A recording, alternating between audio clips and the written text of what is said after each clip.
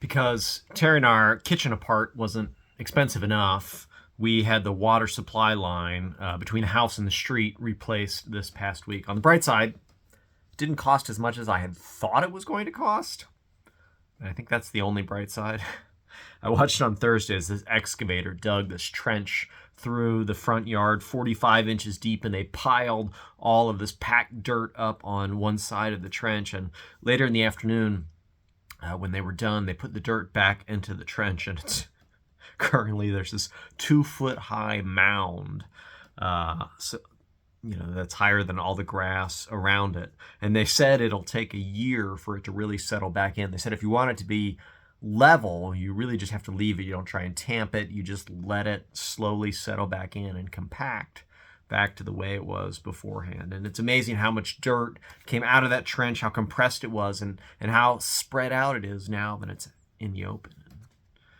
And I was looking at that, and I think wounds are a lot like that in life. Often in life, we have something that wounds us in some way, physically, mentally, spiritually. And it was sort of like my leaking water line can be far below the surface and isn't always immediately evident. It can reveal itself in uncertain ways. And so desperate for repair, we call for expert help.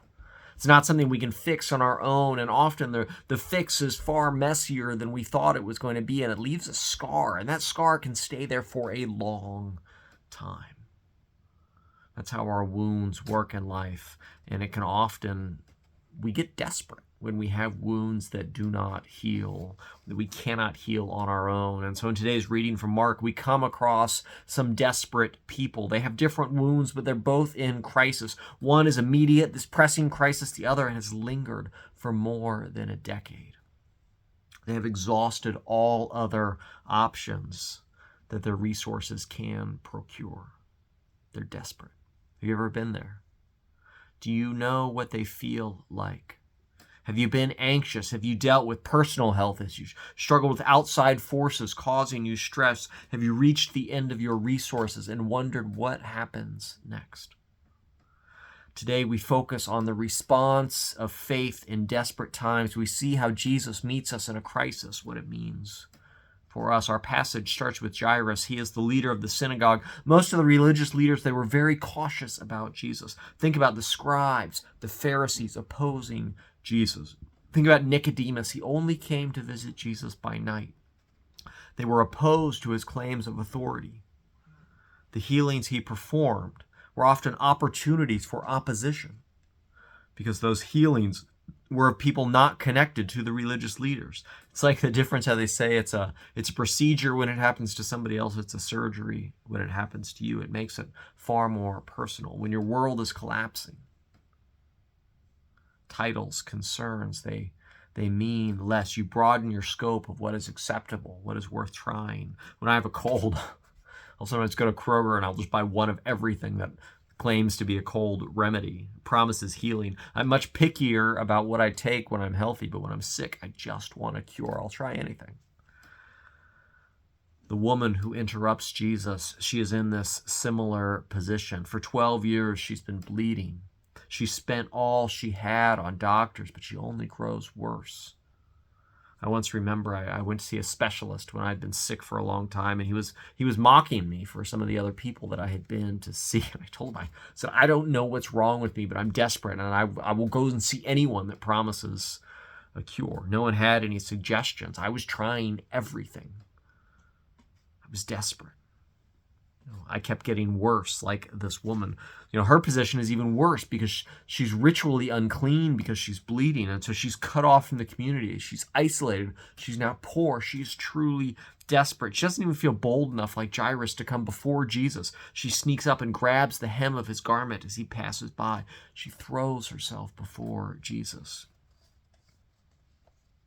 And it makes me think of how when I used to go ice skating, with Danielle, she was taking lessons, and I'm far from an expert ice skater. So I would stay close to the boards, holding on to the wall, uncertain about my ability to make it on my own. And eventually I would push off and I would discover that I can do this on my own. The ice would hold me up. And faith is like that. We often cling to the boards. We think about financial security or political stability or some other effort that we're holding on to that keeps us upright.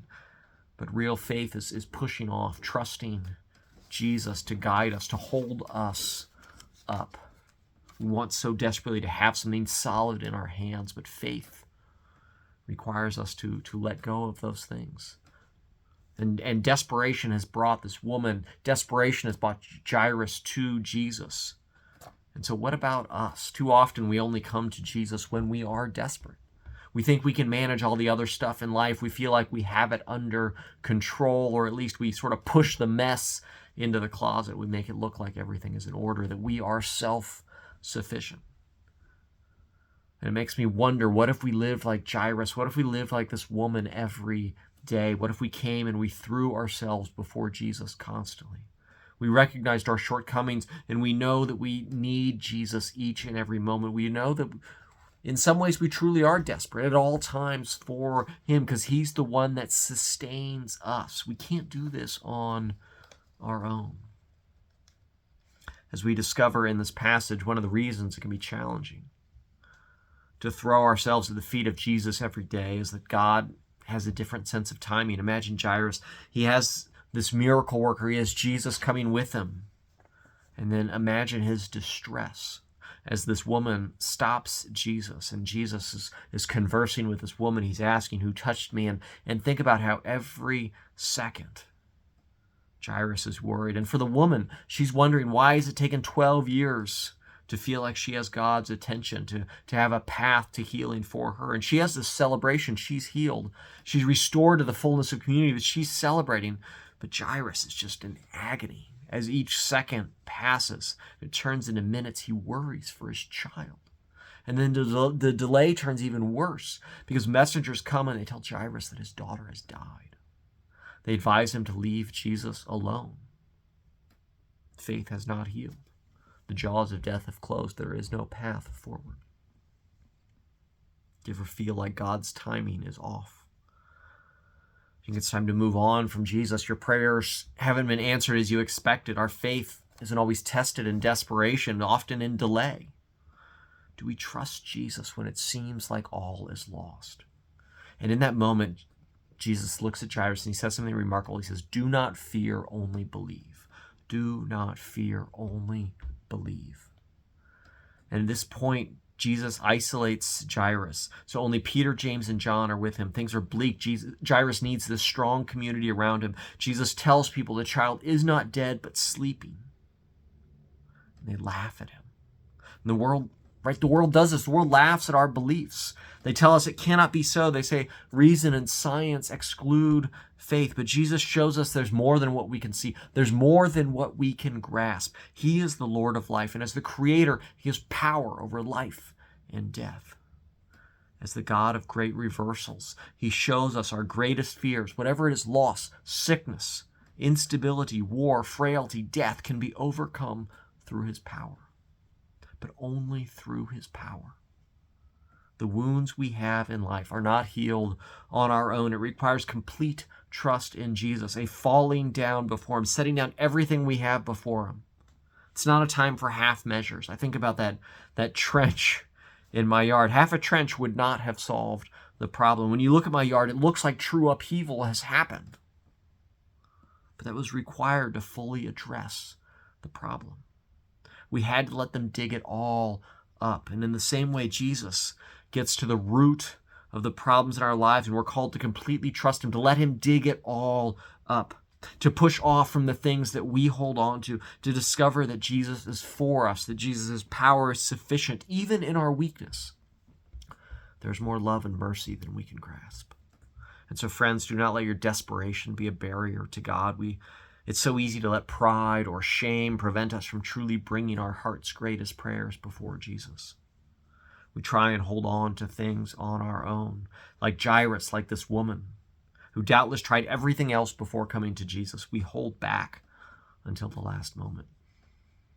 May we pray for the wisdom to come with earnestness daily before we are desperate, to come at all times, when we're desperate, when we're not desperate. May we look to the Jesus who walked into this house, a place where death was reigning, and realize there is no place where Jesus is not Lord.